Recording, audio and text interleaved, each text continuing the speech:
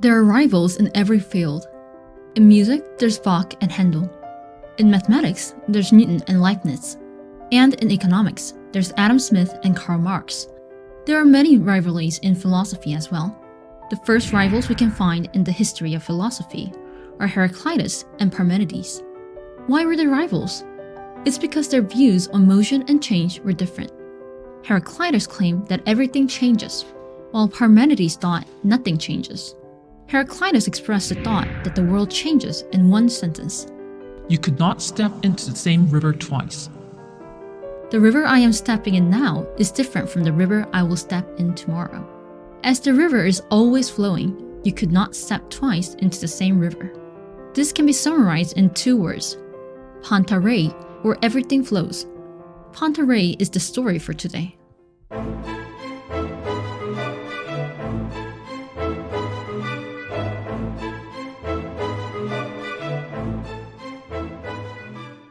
The world is changing.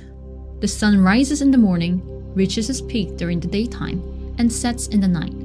After spring comes summer, after summer comes fall, and after fall comes winter. An acorn grows to be a sapling, and the sapling grows to be an oak tree. Even rocky mountains that seem unchangeable wither and break down over time. Like this, the world seems ever-changing. But how is this change and motion possible? Heraclitus explains that it is because there is conflict and strife. Without conflict and strife, there wouldn't be change and motion in the world. Here's a metaphor. Think about a moment an archer stretches his bow. At this moment, there is conflict and strife. The bow tries to straighten itself, while the archer is pulling on it. In other words, there is a conflict between the bow's elasticity and the archer's muscles. This conflict and strife makes it possible for the arrow to fly ahead.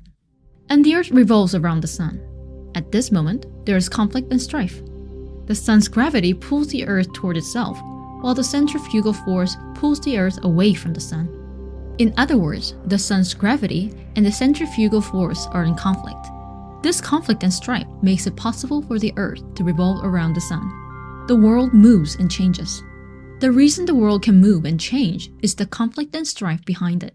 That is why Heraclitus says, Strife is justice, and all things take place by strife. As a symbol of strife, he uses the image of fire. That's why he says all things are in exchange for fire. Then what is behind all this change and motion? There is something unchanging behind all this. Heraclitus calls it logos. Logos is the ultimate unified principle which rules the universe. While Pythagoras thought that the principal law of the universe is the numerical order of cosmos, the idea of logos later influenced the Stoics. Up and down, brightness and darkness, war and peace, life and death. These things seem to be opposites. But could there be a way down without a way up? Could there be darkness without brightness? Could there be peace without war? Could there be death without life? No. The way up makes the way down possible. Brightness makes darkness possible. War makes peace possible. Life makes death possible. In this way, opposing things make harmonious unity possible. Heraclitus says the way up and the way down are one and the same. Like this, opposites are actually interconnected. Two contrary qualities can be found in the same thing. Heraclitus' thought of constant flux and unity of opposites influenced Hegel's dialectic.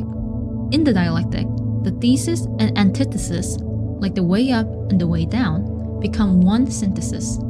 The synthesis becomes a thesis, and it again becomes one with the antithesis to become the synthesis. Like this, the unity of contradictions like a thesis and an antithesis creates change and progress.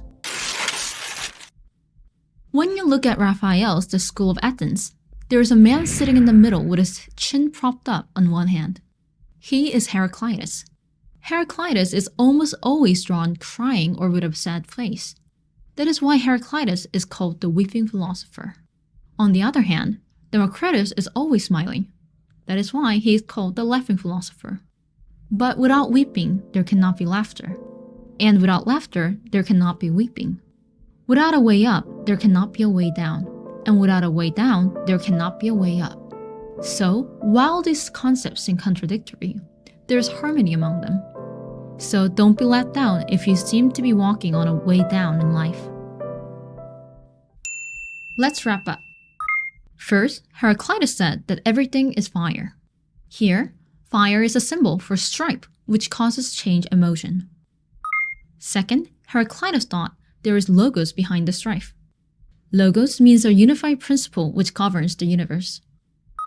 Third, Heraclitus thought that even though the way up and the way down, darkness and brightness, seem to be in conflict, they are actually in harmony with each other.